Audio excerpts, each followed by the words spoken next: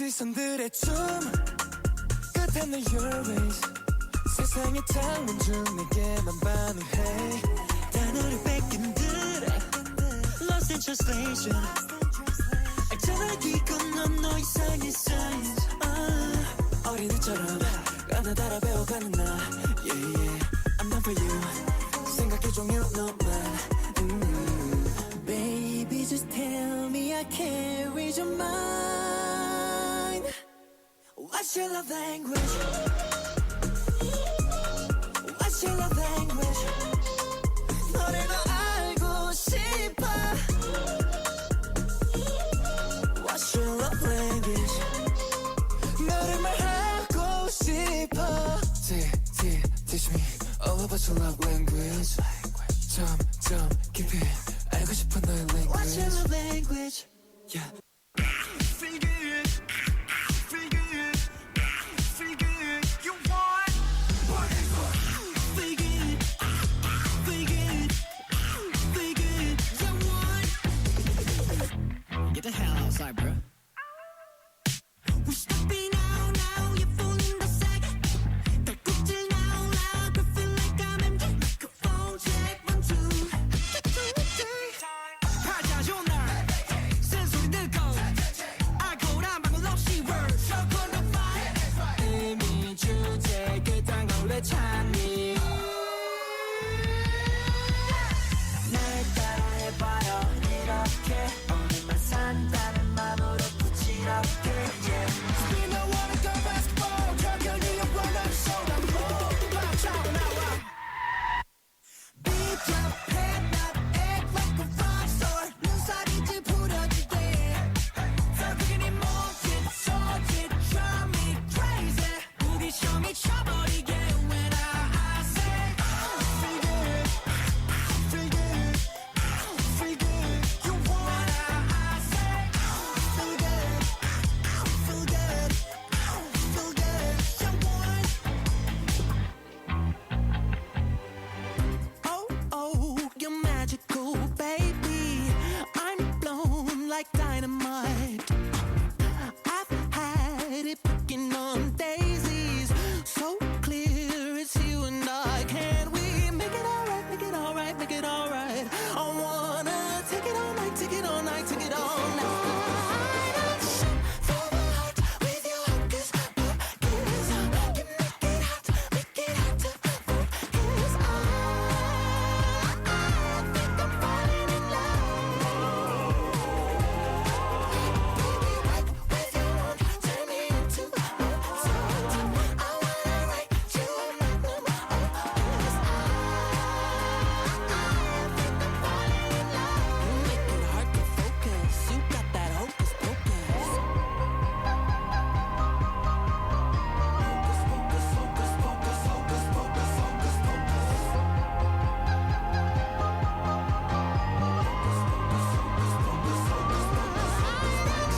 Through the heart with your hocus pocus You make it hard to focus I think I'm falling in love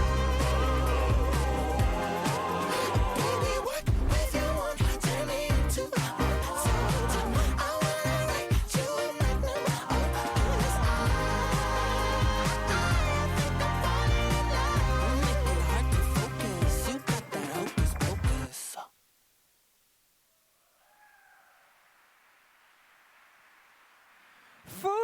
Footloose! Give them a warm applause. All students from the TUE just finished their exams and still had the time to create a special dance, especially for today. So thank you, girls. Girl power, yeah.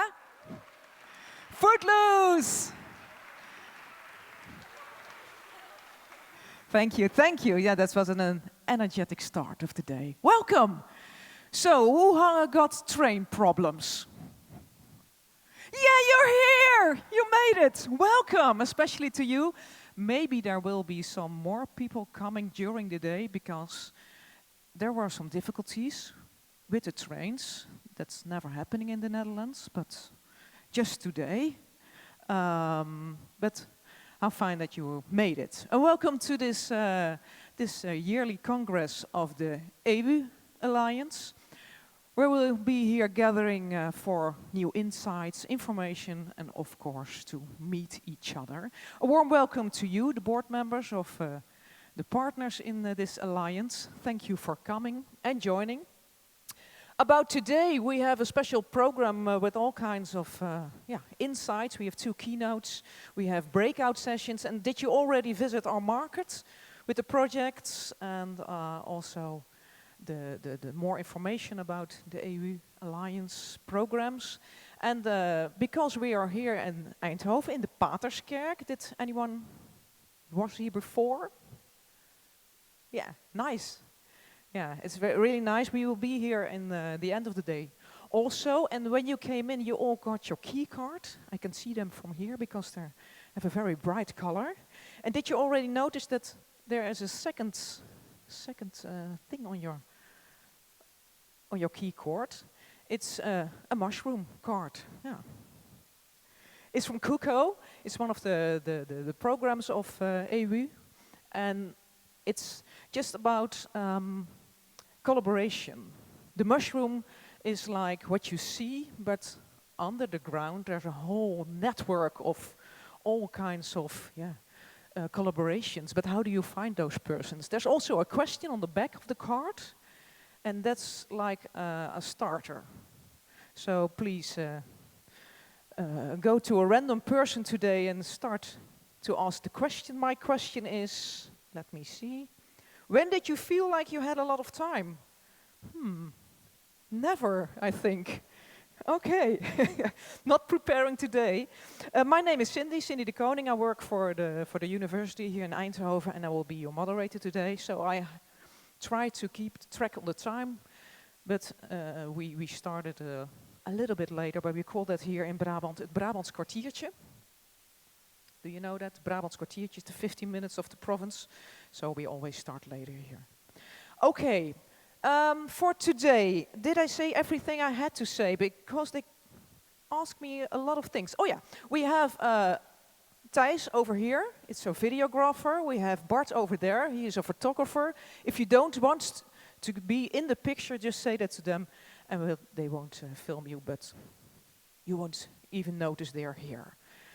And make some beautiful pictures you can see later on after this day.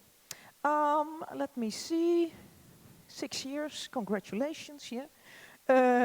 I told about the mushroom card, and yeah, then it's the time, because we're here in Eindhoven, to ask to the stage, where is she? Ah, Silvia. Silvia Lenaerts, our Rector Magnificus, of the host of the day.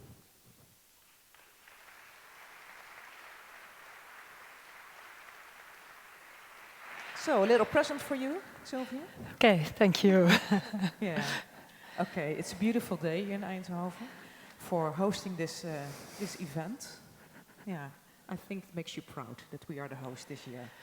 Yes, I'm very proud that you all did the effort to come to Eindhoven and that we can offer you such a nice location, and I hope you do have a lot of nice conversations as well. I think. Did you already, what's your question? Can I see? On your card? The happy failure of the day. I always have a lot of happy failures. Okay. I hope it's not now, because now you have your time to have your speech. Ladies and gentlemen, Silvia Lenaerts. Thank you. Ladies and gentlemen, dear colleagues, a very warm welcome to Eindhoven University of Technology. We were really happy that you made it to come here.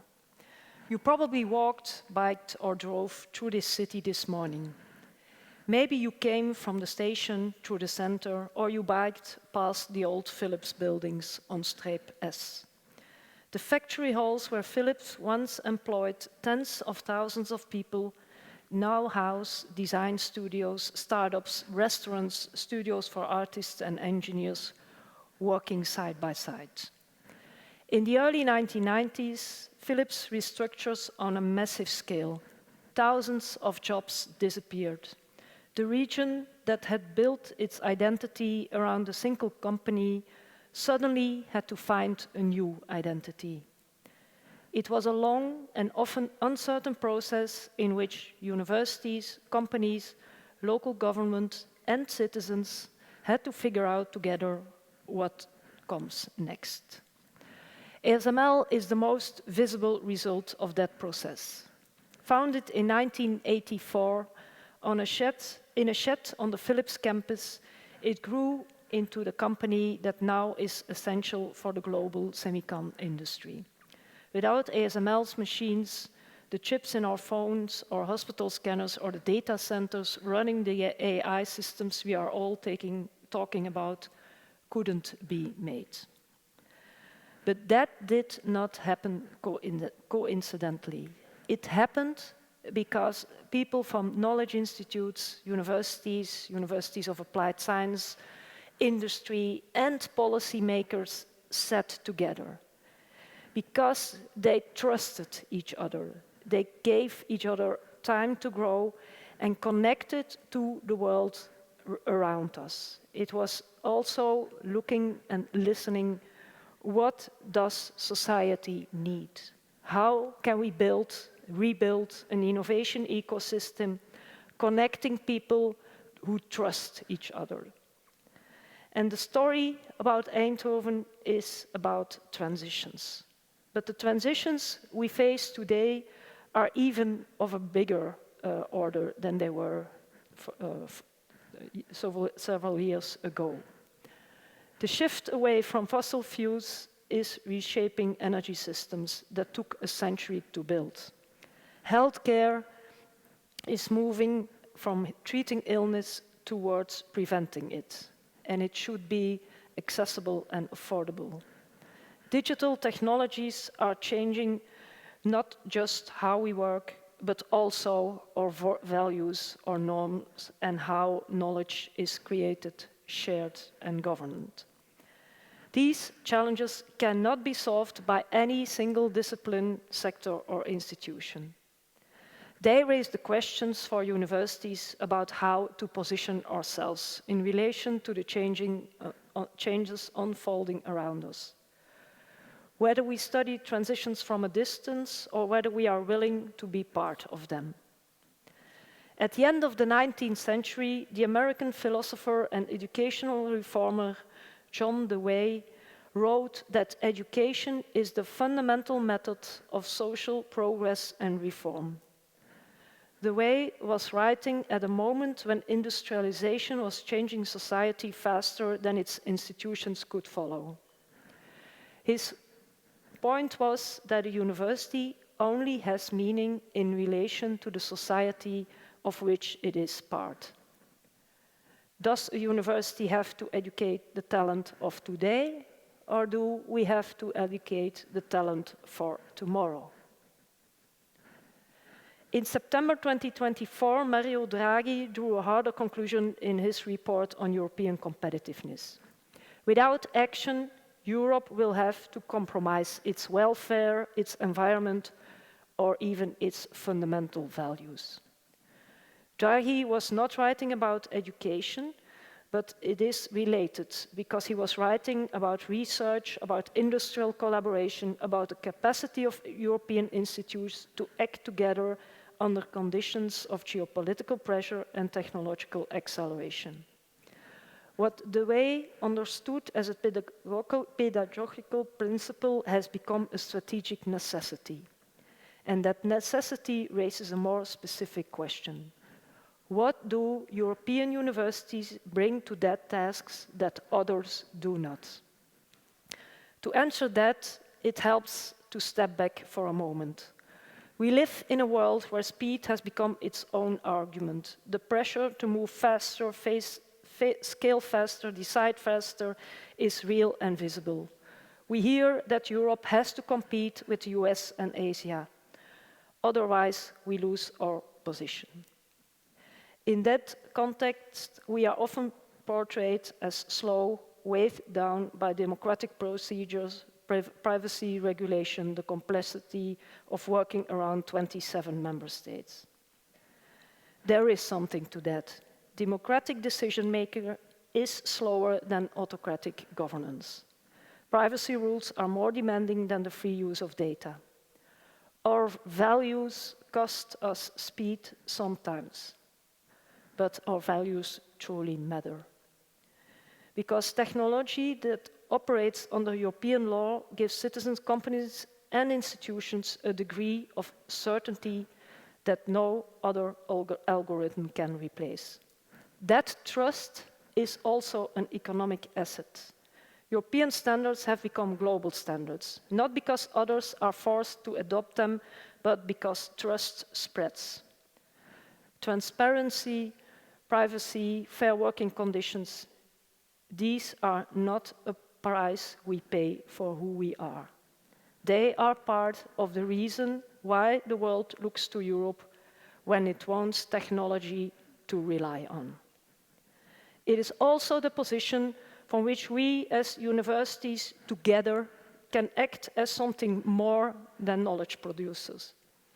Companies are built for profits, governments for policy, and universities have something neither possesses: the independence to bring parties together without a commercial or political agenda, and the patience that fundamental science demands. In a landscape where trust between competitors is the precondition for collaboration, that combination is rare. It is what allows a university to function as a catalyst, creating conditions for outcomes that none of the parties alone could have achieved. Our guest, Geoff Mulgan, has spent decades asking what that demands of institutions in practice. He will speak today about how universities can drive change for the common good. The question he poses is one we should be willing to ask to ourselves, and one of this alliance in particular. In our own new institutional plan, we describe the step towards what we call a fourth-generation university. A university that does not stand beside its ecosystem, but actively shapes it. The EWUU Alliance is a true expression of that ambition at a large scale. 2 thematic institutes, 6 programs, a growing community of researchers who collaborate and who trust each other. After 5 years, the EWUU has built something worth building on. Ladies and gentlemen, transitions of this kind that we are discussing in energy, in health, in democracy, in cities, require sustained effort from people and institutions willing to stay with hard questions over long periods of time. That is why a day like this one matters. The EWUU exists because society needs us, because we need external buy-in. We decided together that the challenges that lie ahead are bigger than the ones that we can address alone. The people who are here today are choosing to work across the boundaries of their institutions, their disciplines, and their assumptions. This has produced something significant, a community with shared habits of collaboration who know that the most important work rarely shows results within the time frame of a single project. When you leave this building this evening, I invite you to walk to Eindhoven again, past the old factory halls, past the campus, past the places where the next generation of researchers and engineers is working on problems we cannot yet name. What you will see is a city that went through transition from the inside, without a guarantee of what would come next, but with the patience to find out. I wish you an inspiring conference. Thank you. Silvia, Lenaerts, thank you. Yeah, that's nice. Society needs us. That is what I wrote down after the speech of Silvia, and that's exactly why we're here. And yes, please do visit Eindhoven. I'm a proud citizen of this city, and I watched the transformation into what is now, and I'm looking forward where we will go, because I worked a lot of time in the center of the Netherlands, and they always thought van, oh, that's a long way to Eindhoven, and I always said, it's the same way to you as you come here.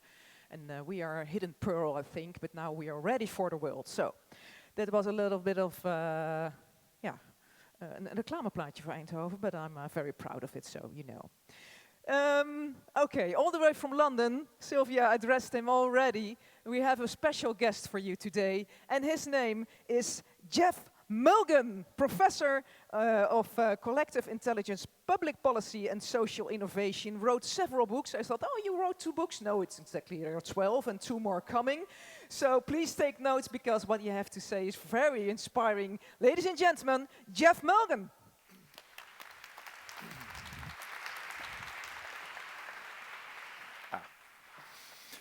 Thank you so much for having me here and in this amazing building. I come from a line of rural Irish priests, so I have to stop the temptation to sort of go up here, but I won't do so. And listening to Silvia reminded me why the rest of the world thinks the Netherlands has a superpower of collaboration. There was an extraordinary survey published a few weeks ago which showed that in America, a majority of Americans now believe their fellow citizens are immoral and bad. Now that's not a good starting point for collaboration. And I think in the Netherlands it was like 80-10 or something like that. You basically think you're good, and that makes it easier to trust, easier to cooperate, easier to work together. So I'm going to talk about what I hope are, in a way, the 3 things underpinning today. And there are 3 questions. One is how to mobilize the extraordinary brain power of universities to solve the most important problems, not the trivial ones. Secondly, in an era when I think a girl born in Eindhoven this year has a 50% chance of living to 100, I think that's right. You know, how do we get away from the incredible collapsing time horizons and short-termism of our world? And third, how do we combine the analytic power of universities with bold imagination, whether it's on energy or democracy or care? So I'm actually going to start by going back 500 years. We're talking about the future, I know. Some of you will know this place, about an hour's drive from here. And I put this here because 500 years ago, the monasteries dominated Europe. They were the centers of learning, they were very rich, they were very powerful, they looked eternal. But then they slowly waned. In my country, the king just got rid of them all, Henry VIII. And I think there's a bit of a parallel challenge for universities, because they, in a sense, died because they weren't seen as useful. They weren't seen as necessary in the new world of the 16th, 17th, and 18th centuries. And it's hard to see that in a way, because the last 50 years have seen this extraordinary growth in universities. I'm going to go very quickly through quite a lot of data here. You may know this. So student numbers up, 20 times in the last half century or so. $1 trillion turnover globally in universities. There are 50,000 plus universities at the beginning of the last century, 1,000 perhaps. They are now at least half the population in many countries. They are reshaping, whole cities are rebuilt around universities. They are, in some countries, the major export earner, including the UK or Australia, where I was a few weeks ago. And some of them are enormous, with over 100,000 students. So they've become very powerful players. But, in a sense, the questions that are being asked of them are difficult ones. And you've got some sessions today about AI. One of my colleagues has a piece out next week in Nature, looking at this weird situation where all research grant proposals are done with AI, and the research funders then assess them with AI. And in one of the Australian universities I was at last month, they now use AI to interview students to see if they're looking at the screen, because they don't trust any other assessment method. So AI is throwing up some of the challenges to universities. This is the Anthropic piece from a few weeks ago on which jobs will be destroyed by AI. And the university world up there, life and social sciences, legal, management, is fairly challenged by what's happening. But the truth is nobody knows. And I'm often given heart by this quote from the leading business guru, Peter Drucker, almost exactly 30 years ago, who said 30 years from now the big university campuses will be relics. Universities won't survive. He was completely wrong. The trends were precisely opposite, and we're now in this moment of extraordinary uncertainty about our future. What isn't in doubt is there are many attacks. I'm a visiting fellow at Harvard. Donald Trump would love to shut Harvard down. He sees it as all these things, elitist, woke, overpaid leaders, you name it, and doubting their contribution. And in some countries, there are doubts about the benefit for graduates. Some of you will know this. This is the graduate wage premium. You do pretty well, actually. But look at that red line is the UK. That is the premium for having a degree in terms of your salary compared to not having a degree. That is, putting many people off. So what I want to talk about quickly is really how do we renew the social contract? What do universities need to do to avoid the fate of monasteries? And I'll go through sort of 4 or 5 different aspects of this. And at the end, probably some things which may be a bit surprising to some of you. So I thought I'd start with Karl Marx. And on his grave is this quote from him: "The philosophers have only interpreted the world in various ways. The point is to change it." I imagine that's why you are here, that's why you're in EWUU, because you want to not just interpret, but change. And then we quickly get to a strange phenomenon, which I've been looking at in the social sciences, that if you try and divide all the research around the world, using this framework, you look at which work is essentially diagnosis, analysis of poverty or whatever it may be, and which is prescription, which is incremental, and which is radical. You get 4 quadrants, and this is my summary of what's happening in them. And in most parts of the world, the balance of these is extraordinary in that the 4th quadrant, which is what you're talking about today, medium to long-term options for our societies, for the big transitions Silvia talked about, is maybe 1% of the work. There is lots of fantastic analysis. It's a golden age of analysis. You still have a lot of people in the universities doing essentially critique and commentary.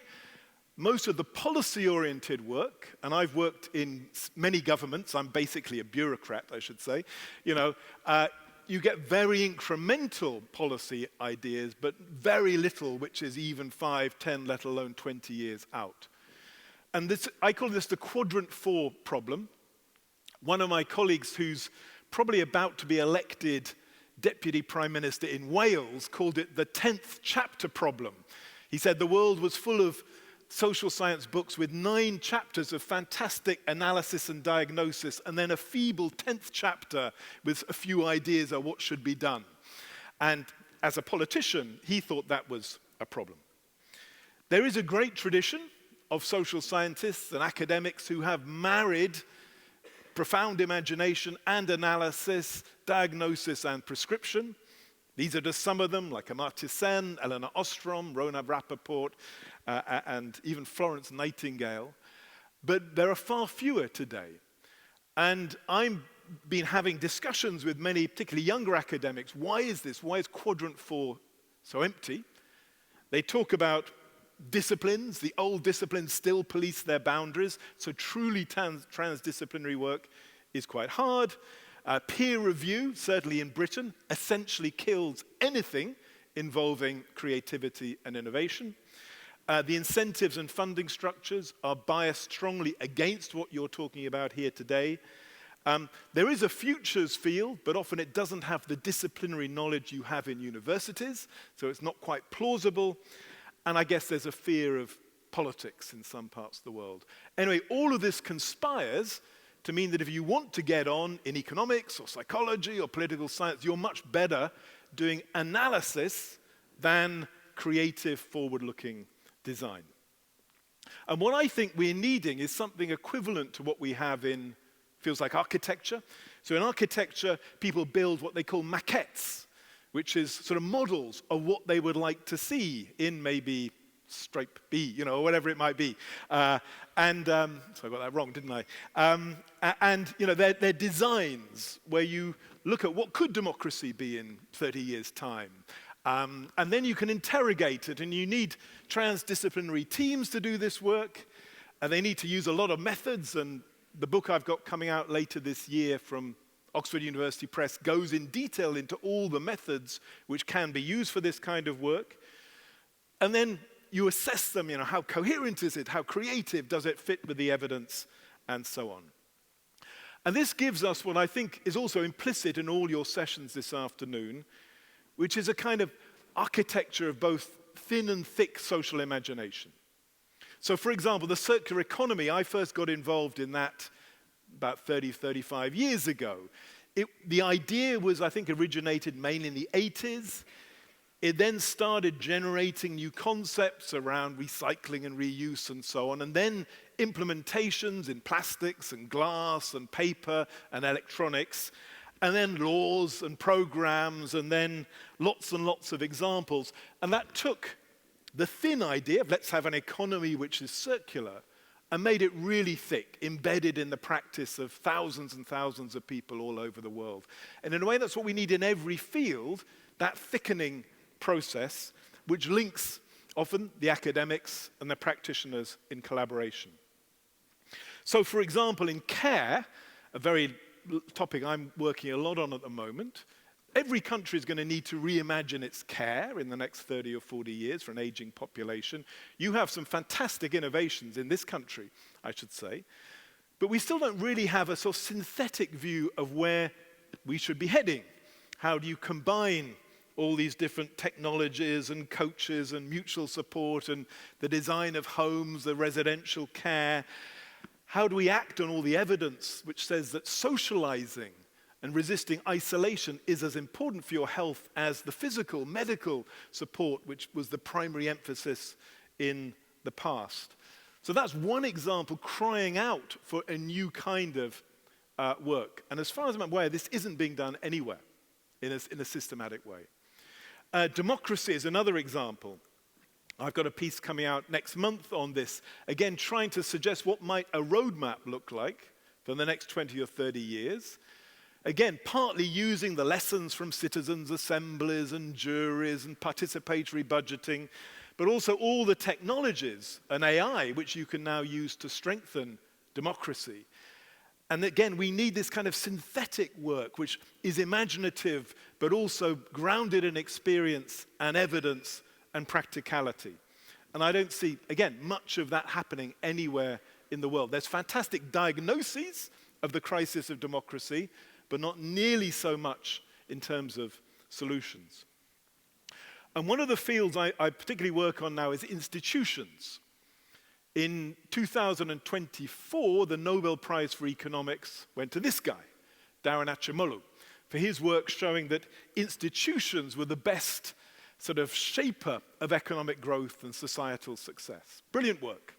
But it was all backward-looking, and he's done no work on the obvious next question, well, what should institutions look like now so that our next 50 years are good and prosperous and happy?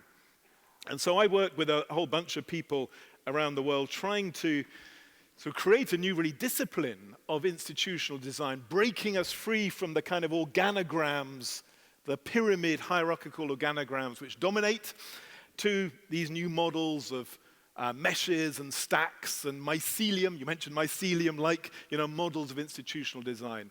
Very relevant to universities, incidentally, as well as to governments and bureaucracies.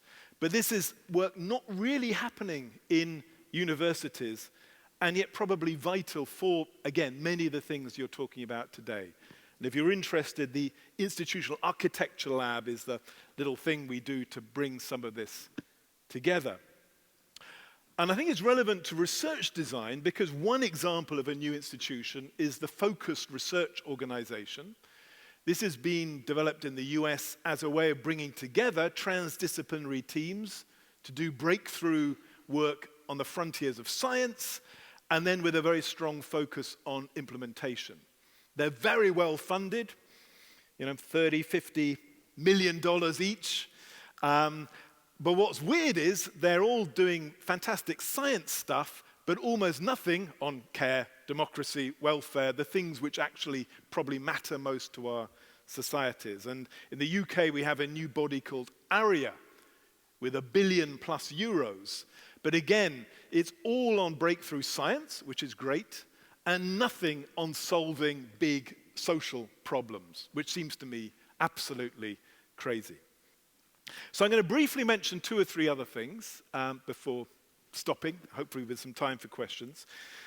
So one related aspect of where I think universities rebuild their social contract is through challenge-based models, and I know many of you are involved in this. I first got interested in it about 10, 15 years ago with the then president of Tsinghua University in China. And we developed a thing there called Open Fiesta, getting the best students to work on problem solving on the frontiers, not just of science, but also of the city of Beijing. And that worked really well. I wrote various pieces on it. We've tried to spread the ideas. He's now, unfortunately, he became mayor of Beijing and is now party secretary for Shanghai. But there's much more experience now on how do you go beyond just capstone projects to really building challenge-based, problem-based, team-based working into universities. And that seems to me absolutely essential for the social contract. So too is place shaping.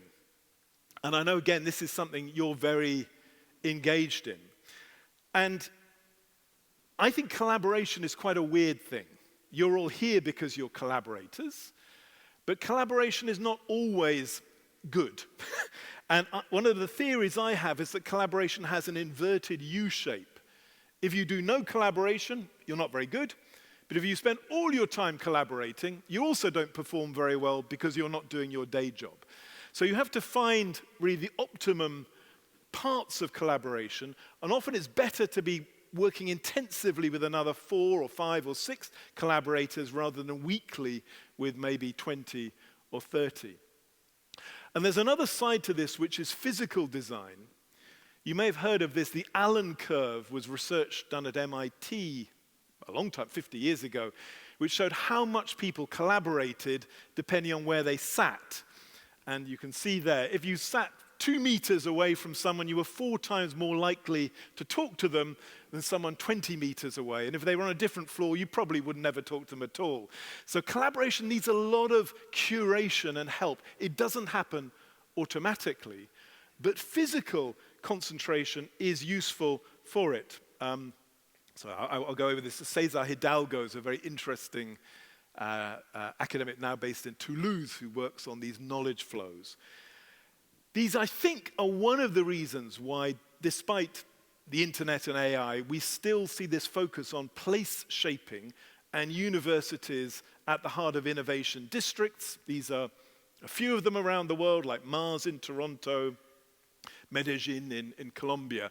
They know if you bring people together in a concentrated way and get them to talk to each other, you get much more dynamic collaboration, more ideas flow, more serendipity. And we're beginning to see examples focused on the social as well as on commercialization.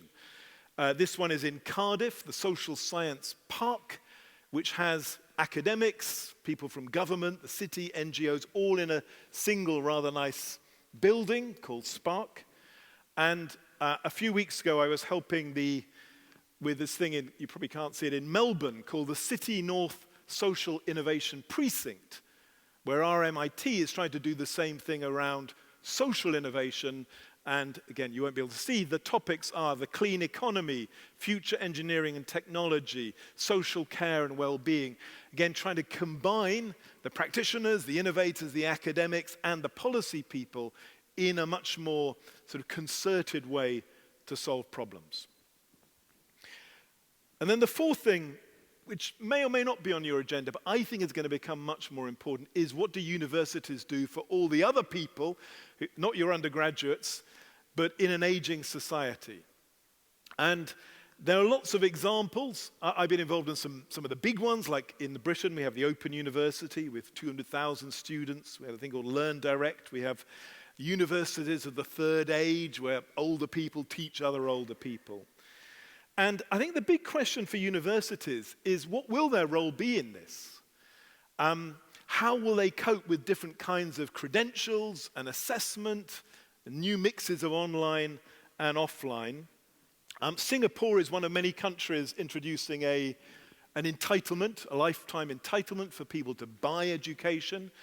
Next year, the UK creates a lifelong learning entitlement, which will encompass undergraduate subsidy. But I'm not sure how much this is part of your conversation. What should universities be doing to increase the cognitive level of the majority of the population who aren't going through your doors? And one of the reasons this matters is this deeply depressing chart, which you probably can't see. This is cognitive performance at different ages. And I won't guess what ages you are in this room, but you can probably see it goes rather steeply down from about the age of 40 or 50. And I think it's going to become a big issue how we design systems to push those to the right, to keep people smarter longer. The good news is that, in fact, in the last 20 years, overall, 60-year-olds in Europe have about the cognitive capability of 50-year-olds 20 years ago. The Netherlands is pretty good. You're above the line there. But this issue of your contribution to the brain power of the aging is, I think, going to become very live. And even more challenging for you, and this is going to be my very depressing sort of challenge. As you may know, for the last 100 years, IQ levels around the world went up. The world got smarter. It's called the Flynn effect, and that's roughly IQ test scores going up in different countries. Sometime about 15 years ago, that stopped. It seems to have started going into reverse. Norway, I think, was the first country to measure the reverse. And if you look at the last 10 or 20 years, there's some really worrying trends. These are the PISA school test scores at 15, maths, reading, science, all of them peaking about 15 years ago, now going quite sharply downwards. This is data on numeracy and literacy in different countries. Share of adults with only basic numeracy or literacy proficiency, and you see it's going up. The US, a third of the public cannot make any sense of a number in the news, which may explain a little bit. But you're not great either. So you see on the right. So I think we are seeing a bit of an epidemic of collective stupidity around the world, partly driven by social media. It may be accelerated by AI. We don't know. But in a way, this is the meta challenge which sits above everything else, because if these trends continue, forget about having really smart transition strategies for energy or waste or care. You'll have a public who can't even understand what you're talking about. And perhaps the worst one of all is this stuff from the US. These are 18-year-olds who report having particular issues in the last 5 of the last 30 days. Difficulty thinking or concentrating, getting dramatically worse. Trouble learning new things, getting dramatically worse. Now, since universities are all about thinking and learning new things, these should be really important issues which you should have answers to. How do your collective brain power solve them? And it's a kind of topic which I think, again, is my understanding of what you're doing with EWUU, is all about what I would really call it synthesis. It's beyond cross-disciplinary to truly transdisciplinary work, which takes a topic like cognitive decline and pulls together the data, the evidence, the models, creativity and imagination, foresight, tacit knowledge, all of those into syntheses which can guide action at the level of a city, at the level of a nation, at the level of the world. That's what universities should be uniquely good at doing. And there are some really useful things. There's a whole field of collective imagination, which we could talk about. There's things like the new European Bauhaus, trying to link the arts into this. And all of them, in a way, are trying to develop different ways of thinking about synthetic, long-term, profound problem-solving at a time when some of the trends are going the other way. So, To finish, to return to the monasteries, I don't think Eindhoven University is going to look like this in 100 years' time. This is a monastery, as you might be able to guess. But I think there is an existential crisis for universities right now. I think it should be obvious that no institution has a kind of divine right to exist, however powerful it is, however rich, however apparently solid. But your best answer to all the critics is essentially to do what you're doing here, which is be useful, offer answers to the questions which matter most, mobilize the extraordinary imagination, creativity, intelligence, knowledge of the university world, and focus it to help our societies solve their problems, so that in the war between collective stupidity and collective intelligence, you are very clearly on the right side. Okay, thank you. Thank you, Geoff. So, 52, I believe my brain power will have a free fall from now. When I saw the charge, it was a dark scenario. Maybe you have some questions for Geoff. Are there very or disagreements, or challenges, okay. Whatever. Argument is good. I will be your walking microphone. Cindy de Koning. Hi. So my question is, what is your chapter 10? What is my? Your chapter 10. Because you talk about, you have a marvelous diagnosis of the problems that universities have, and now the solution. So what should universities actually do? What is your chapter 10? Okay, so my book, which comes out later this year, attempts exactly that. It talks about what structures do you need in universities, what kind of teams, what methods should you be using, all the way from, say, the classic disciplines, economics, sociology, psychology, but also design, engineering, and creative methods, and then the creation of maquettes and working models and digital twins. There's lots of tools, there's lots of methods out there. But certainly in the UK, no universities have teams doing the kind of work I described. They do very good diagnosis. There's wonderful work using computational social science, blah, blah, blah. And there's very incremental policy work. I don't think it's that difficult to do. It's got to be funded.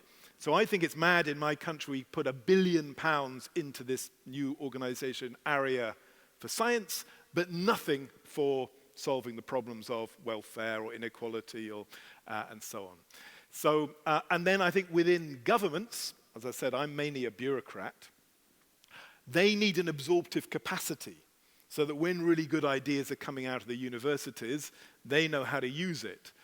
And I'm actually spending tomorrow with the civil service leadership in the UK, which has a very good new leader, the first woman ever to run the British state, and who really gets this, that they need a strategic capability which can absorb ideas, do complex strategic thinking about things like energy or cognitive decline or inequality.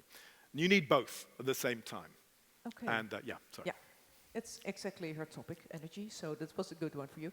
I have room for 2 more questions, so one over here. So if you want to ask your question after him, then please raise your hand. Your question is? So what do you think about the following solution for universities to connect power to intelligence? After your PhD, you're immediately appointed as professor. After 10 years, you become associate professor. Then you become assistant professor. And then if you are close to retirement, you become a research assistant. This is completely reverse what it's now. But if you would do that, we would connect intelligence to power. Would that be a good solution? So I did a PhD and then applied for lots of jobs in universities and didn't get one. So I was always jealous of academics throughout my life, which is why I wrote lots of academic books. And I only actually joined a university quite pretty late in my career, having worked in city government and national government and philanthropy. And that was not my intention. I wanted to be a to follow the trajectory you described. But it probably was quite good for me, because it meant I moved between the world of action and power and politics and the world of thought and reflection. And that's not for everyone, but I think for quite a lot of people that might be a better thing to do, to become multilingual, to become more hybrid people who have a feel for how power really operates, but also every now and again step back, because if you're too long in power and in government, it starts corrupting you, in my experience. Thank you. Time for one more question. Is it necessary? Because Geoff will be here. Okay, last question. He stays in this hotel, so I think I can imagine that he will be here for the day. Yeah, no, I'll be here all day, so you can come and be rude to me anytime. Okay. Your question. Yeah, so very inspirational talk. The critics could argue and say, well, maybe universities should stay the place where people develop fundamental knowledge, and governments maybe should be able more to pick this up and translate this into policies. So why should universities take up the jobs of governments? They shouldn't. And if you're in a university, you'll never quite have a feel for the day-to-day constraints of the mayor of a city or a minister. And that's fine. But in a way, what the decision makers are lacking is what I call the maquettes, are the models, the ideas, the frames. So not just fundamental knowledge about how the economy works, but, as it were, the building blocks of alternatives, the proposals. They don't have to be very detailed, costed, and so on in the way they have to be within a government. But at the moment, it's an amazing thing. I also work with a lot of mayors across the world. They're just not being supplied with options on the issues they're most concerned about, like housing, like shifting. The circular economy is actually much, much better than some other fields. Or mental health is a really good example. Many mayors really want to do something about population-level mental health problems. There may be 10, 20% of the public struggling with anxiety and depression and so on. They're not being given good solutions at all at the moment. So they make it up as they go along, not very successfully. So I think there is a division of labor, but there needs to be more closer interaction as well. Thank you. Thank you very much. I'm on this side. Yeah. Thank you. Thank you. Geoff Mulgan.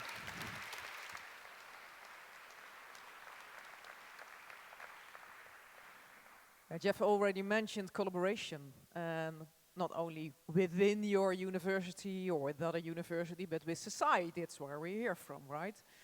But how do you do that, and how do you make that a really good connection, and just saying, okay, we ask the society, but when do you do, what does it have meaning?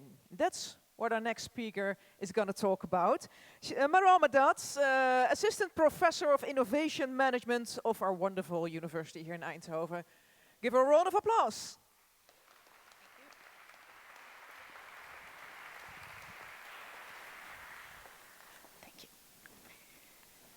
Thank you so much, everyone. Thanks, Geoff. Thanks, Rector Magnificus, for a very nice start of the day. Let me share with you my chapter 10. Today, I'm going to talk about how we are actually going to organize for innovation with societal partners, as universities, as research institutions, as researchers. And let me start with a very simple observation, which comes from the field, many years of field work. Transitions fail when engagement is performative. And what do I mean by that? We invite stakeholders. We learned in the past 10 years how to invite them at the table, how to consult them, how to ask them to actually sit around a table with us, look at the flip chart, use a lot of post-its, and then decisions are made elsewhere. And I think we are all very familiar with that phenomenon. So my key message here that we need to think about how we actually organize our engagement in order to actually take the next step, which is driving transitions as universities. Let me tell you where I'm speaking from. My research focuses on innovation ecosystems and sustainability transition. I work in a lot of projects with a lot of societal stakeholders. And what I normally do, it's a lot of multi-actor co-creation setting. I participate in them, I facilitate, and I try to help stakeholders make sense of their problem. I try to also make sense of their problem for my own research. And across the years, I also learned, and that's where the shift of my research started from. It's not about who we invite at the table to talk with. It's about how we actually organize our engagement processes. So let's be very clear here.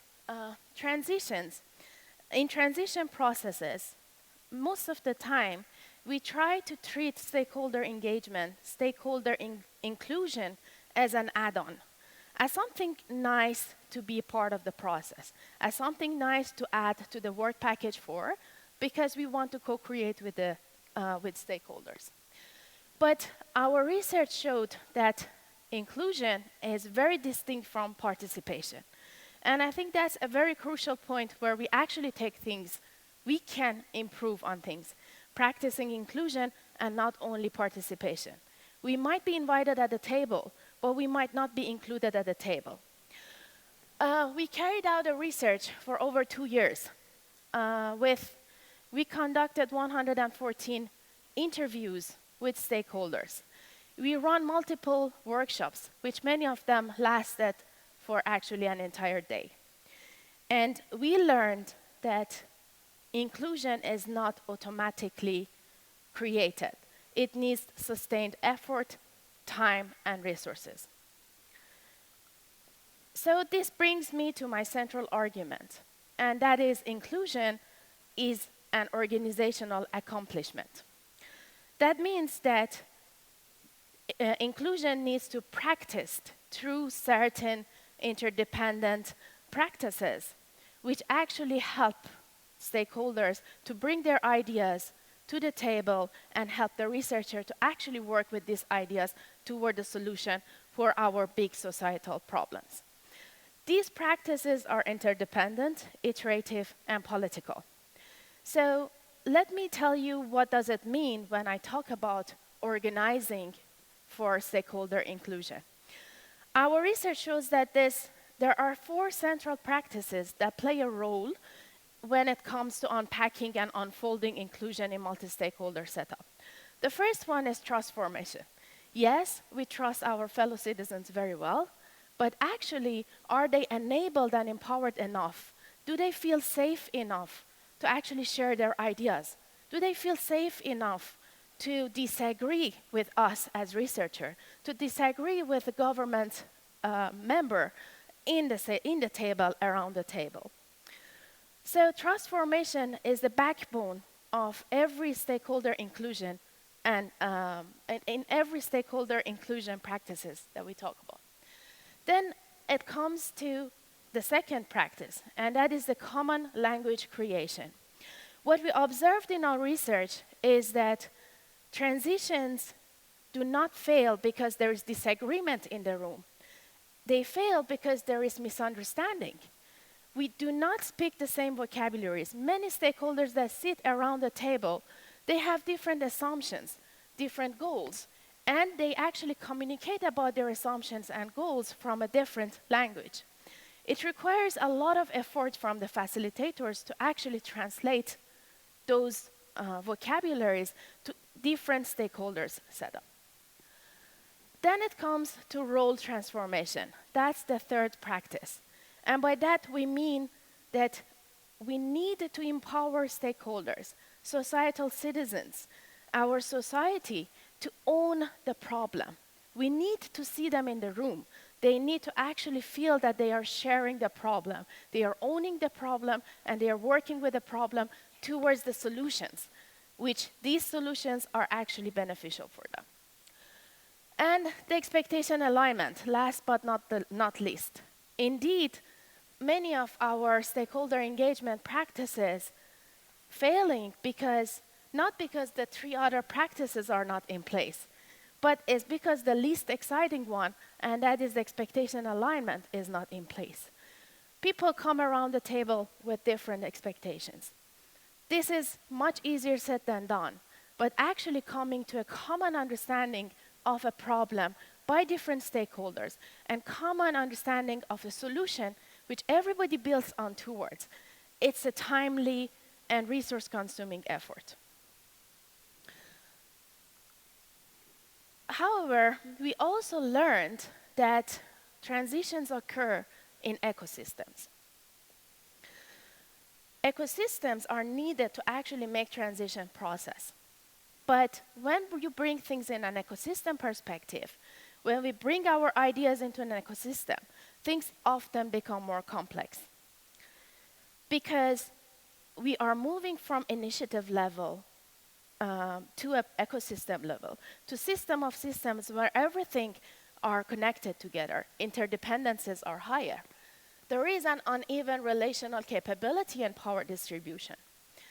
There is conflicting interest among actors. There are many different roles that are present in the ecosystem.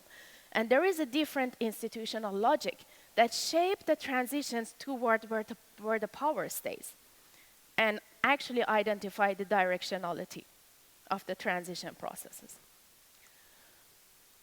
So, for transitions, we need inclusion. For transitions, we need ecosystems. So we better actually practice inclusion and embed inclusion at the ecosystem level. What do we mean by actually embedding inclusion at the ecosystem level? That means that inclusion practices, the 4 practices that we talked about, has to be unfolded at the actor level, at the artifact level, and at the institution level. I think we all know what do we mean by actors level in the ecosystem. But what do we mean by artifact and institution level? Artifacts and institutions represent technologies, represent business models, represent missions, policies, subsidies, complementarities, every resources that is shared among actors within the ecosystem. Inclusion has to be embedded at that level.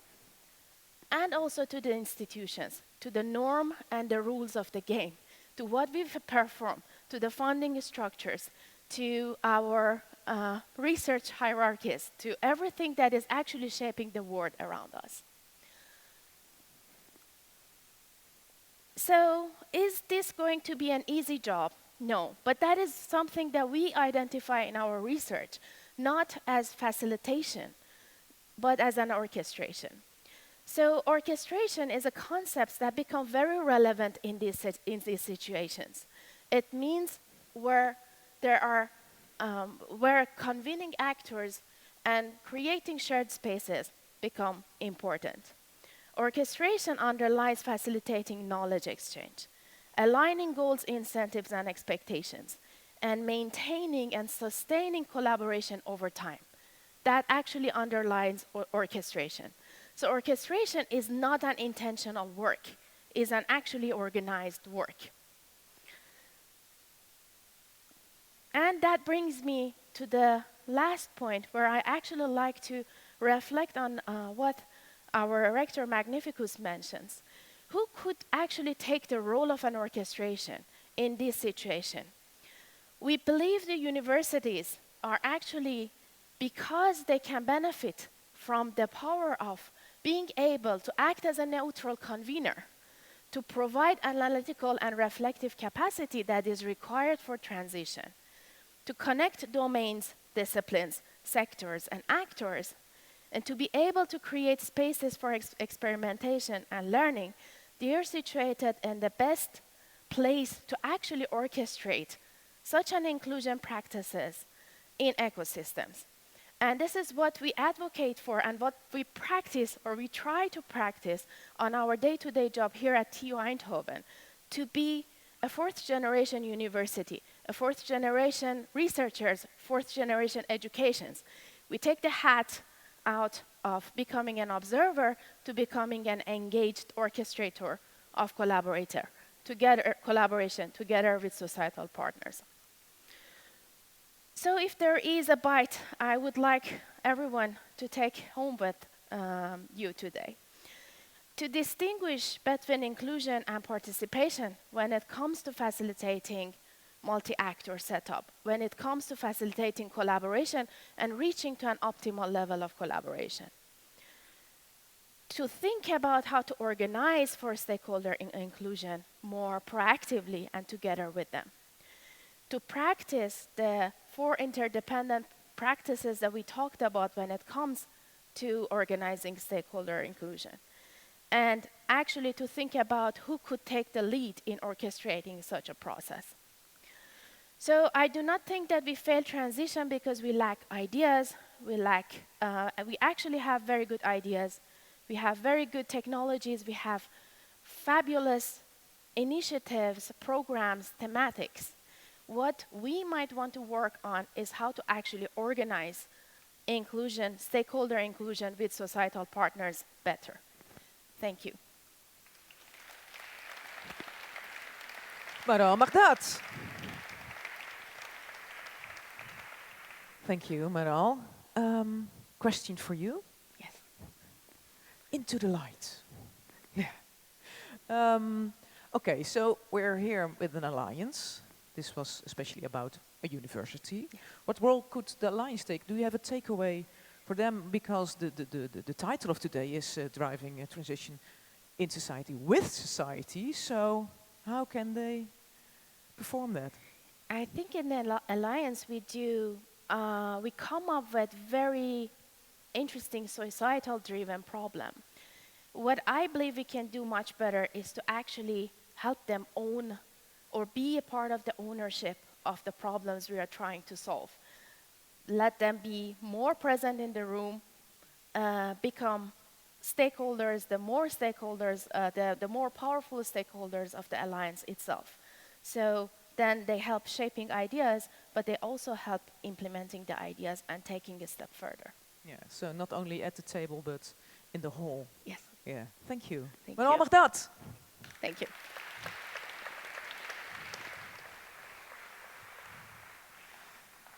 And it all starts with just a conversation or a question. So there's your mushroom card again. So please ask that question somewhere today. Because from now on, for the next chapter in our program, that's the breakout sessions. On the back of your card, you have, if you didn't know what you signed up for, which one, there's which you signed up for and where to go next. There are 2 rounds of our breakout sessions. One of the breakout sessions on the first round will be here in this beautiful church room. It will be let me see what's the name of it. The research, from research to societal impact, this will be remaining in this room. The other breakout sessions are in different rooms. And outside there will be some colleagues of us guiding you to your breakout session. There will be 2 rounds, and if you didn't sign up for a session in round 2, in the information market there will be a special session, especially about what KUKO, the mushroom cycle, is about, so you can join them if you want.